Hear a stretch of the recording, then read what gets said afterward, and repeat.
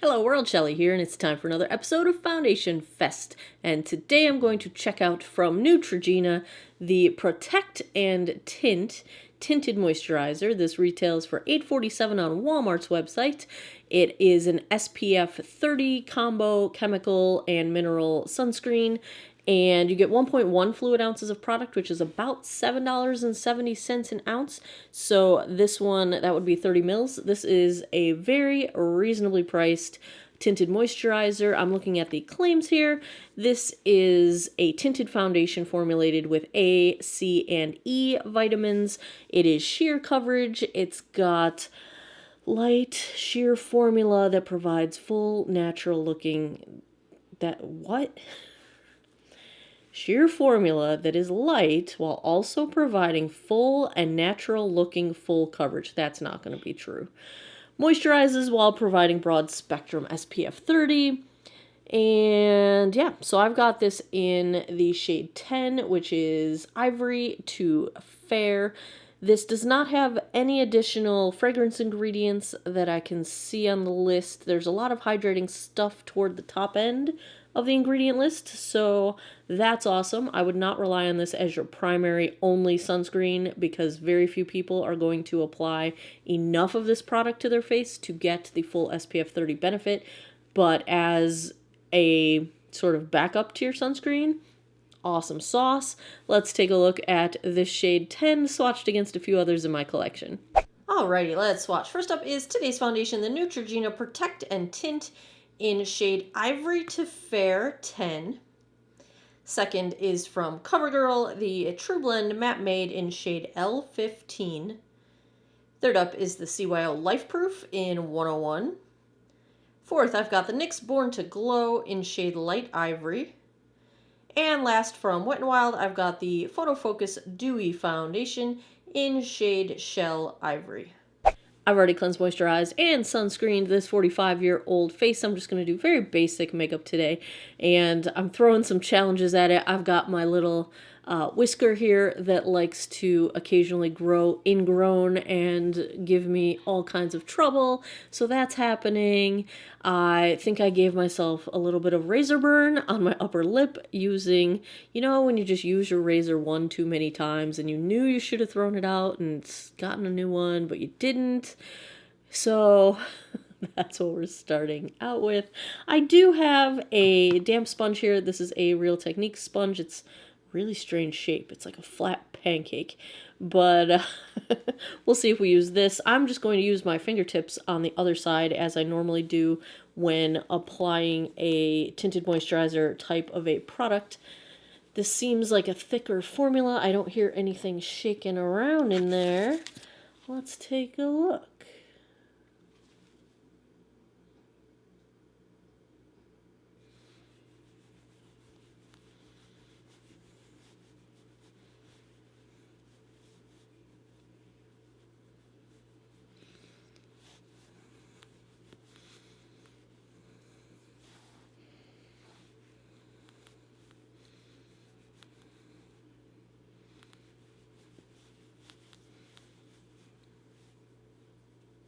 This seems very, very sheer coverage all around. It has that pretty signature dimethicone feeling slip to it.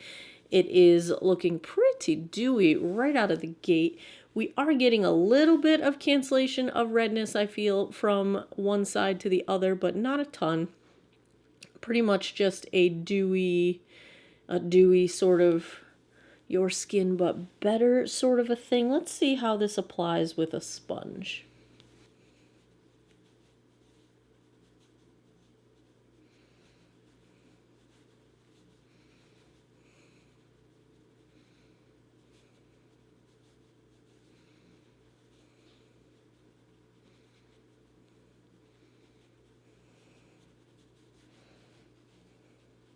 I think this applies nicely with a sponge as well. If you have a preference one way or the other, it's fine either way. I'm not losing a lot of product into the sponge, but I am using a somewhat more dense sort of, this is one of those microfiber sponges, so you can see I lost a little bit sunk into the sponge, but not a whole lot. So I think if you don't like using your fingers, you're fine.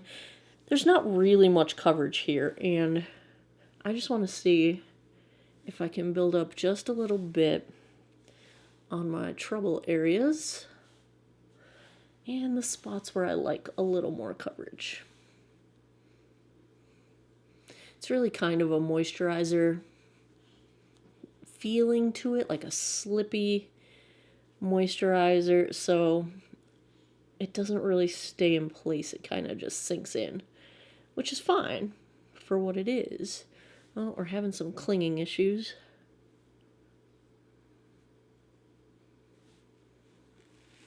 Oof, that might be bad.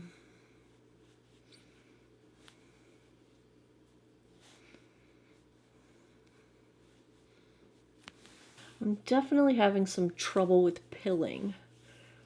And it's been a good 45 minutes since I did my skincare, so all of my skincare is definitely sunk into my skin, but it was catching on the pores on my cheek, and as I try to blend it out, it's just pilling up. Totally pilling up completely. Did you see all this? Ugh. It's also clinging to that area of texture on my upper lip where I gave myself a little bit of razor burn. Ooh, this is gross, you guys. I'm not wearing any primer, so that's not the problem. Okay, so now that I've wiped all the product off my cheeks, let's try this again.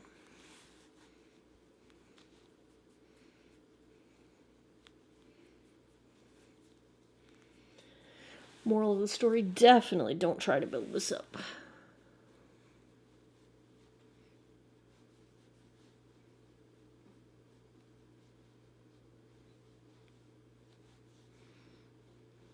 Yeah, because anywhere it touches previously dried down product, you get a line of goop. Yeah, so this one is definitely like apply it and go. Oh, this is gross.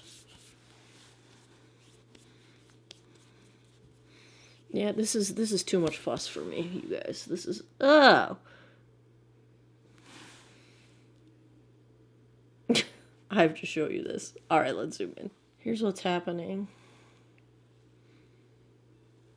Do you see this? That's what happens.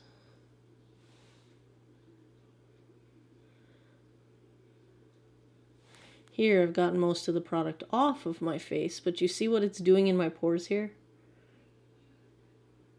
And so if you try to blend that out, do you see the product sort of just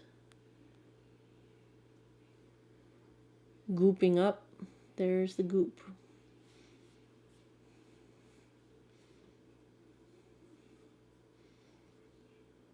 So like here, this looks really nice now, but I don't think there's any product left. It's kind of not looking nice on the pores of my nose. Oh, this is just... yeah, I don't like this, you guys. Nope. Oh, it's doing it. Yep, there it goes. You know I try to give everything a fair shake. I'm going to wipe it all off, including my skincare. And there goes like $20. And we're going to try one more time. This was supposed to be a really quick video because I have a commitment to attend to online in 27 minutes. So this is going to be a very fast makeup job. Let's just try fingertips and get a little bit more.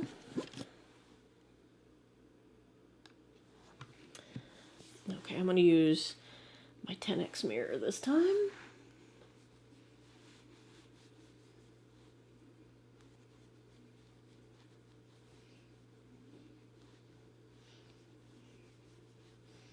See, the first thing it does is catch in your pores. Granted, I have larger pores, but a lot of people have larger pores.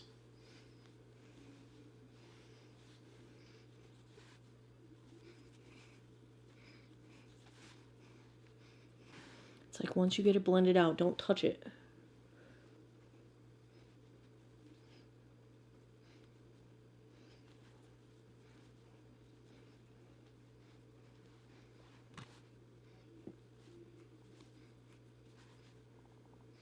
It's catching on the skin around my whiskers irritation. Yeah, it's catching on all my dry skin on my chin, but I'm scared to try to blend it out anymore because it's gonna get wonky.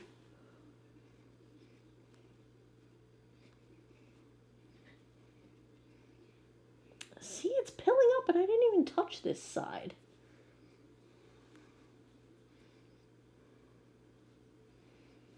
I have barely any product on my nose right now.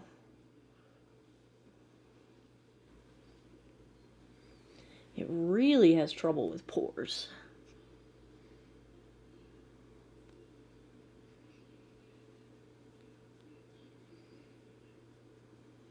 There's basically no coverage with just one application. It's very sheer. Dewy, although I'm starting to feel like it's that plastic-looky dewy. This is setting down to the point where I think if I wanted to put makeup on top, I would not have to set it with powder. It is drying down a bit. We will see how this ends up looking. My face looks a little bit plastic, I feel like. Gotta say, not liking this one right out of the gate. Let's check the time. I have no idea where my phone is. Let's look at the old iPad here. 3:11 p.m. I'm going to go put the rest of my face on. I'll be right back. Okay, I am not going to do the full day wear test with this one because I just straight up can't recommend that any of you buy this. Let's talk about the train wreck that has ensued. So I tried to apply concealer. I was using the Kosas Revealer Concealer, which works really well for me. And it did the same thing. Whenever another product went onto the tinted moisturizer that had already dried down, it just gunked up and pilled. So I feel like you really can't wear other makeup with this. So I said, okay, let's, wiped most of that off. And then I tried the CoverGirl Clean Fresh. This is a cream blush that I also love dearly and works really well for me. And same issue. You can see how it's really, really patchy because it was moving around the tinted moisturizer underneath and pilling up. So the coverage of what's there is just not smooth. It's very patchy because product won't layer. I had tried for the first time the CoverGirl True Blend Super Stunner Liquid Highlight, and it wasn't enough highlight for me. Same issue though, but at this point I had basically wiped all of the tinted moisturizer off my cheeks. So then I went in to try a powder highlight. This is from ColourPop. It is their Super Shock Cheek. It is the shade Monster. I was expecting it to be an icy sort of highlight, and it's really a total pink shift. So that's the powder pink highlight that I am wearing. Very pretty. Probably a little too pink for me, but yeah. Anyway, hot mess. I don't ever want to wear this again. I will probably test it one more time just to make sure, but considering it basically got 2 tests today, one with my normal skincare and one with no skincare, and the other thing, I will never ever not wear skincare under my makeup. I do morning skincare every single day. So this is not something I'm ever going to reach for where it is a fail in my book. A pretty doggone low fail as well. On the rest of my face though, I did try, this is a new palette I picked up from ColourPop, the All Things Equinox. They are just friggin' masters at their cool tones. I mean, the undertones of their cool shades. For example, so this shade right here. I'm just going to swatch it for you. It looks like it's going to be like a kind of a gray beige. It's very light, so it's hard to get a swatch. But look at how perfectly, is it going to pick up on camera? It's got a plum undertone to it. And it's so perfect. It's what I'm using for transition today. They nail their cool undertones. I just love cool toned ColourPop shadows because their color curation is friggin' on point. So that's that. I also tried for the first time the Wet n Wild Mega Volume Mascara. I hear really good things about Wet n Wild mascaras. I'm not really thrilled about this one. I don't think I got a lot of volume. I prefer my CoverGirl Exhibitionist and the Uncensored far, far more than this. I had a lot of transfer. It transferred under my eyes, and I had to wipe all that away, and it transferred above my lash line, and I couldn't wipe it off. It wasn't like flecking off the way a typical mascara does. Let it dry down and just boop, there it goes. So I'm not thrilled on that one either. Kind of just hot mess. So really, I decided not to finish this check-in for later today because I want to wash my face and do my makeup again so I can film some more videos today. So that is where we're going to cut this one short. I do not recommend the Neutrogena Protect and Tint. It is a high fail, as in low score. Definitely an F, sadly, unfortunately. There you have it. Another foundation fest is in the books.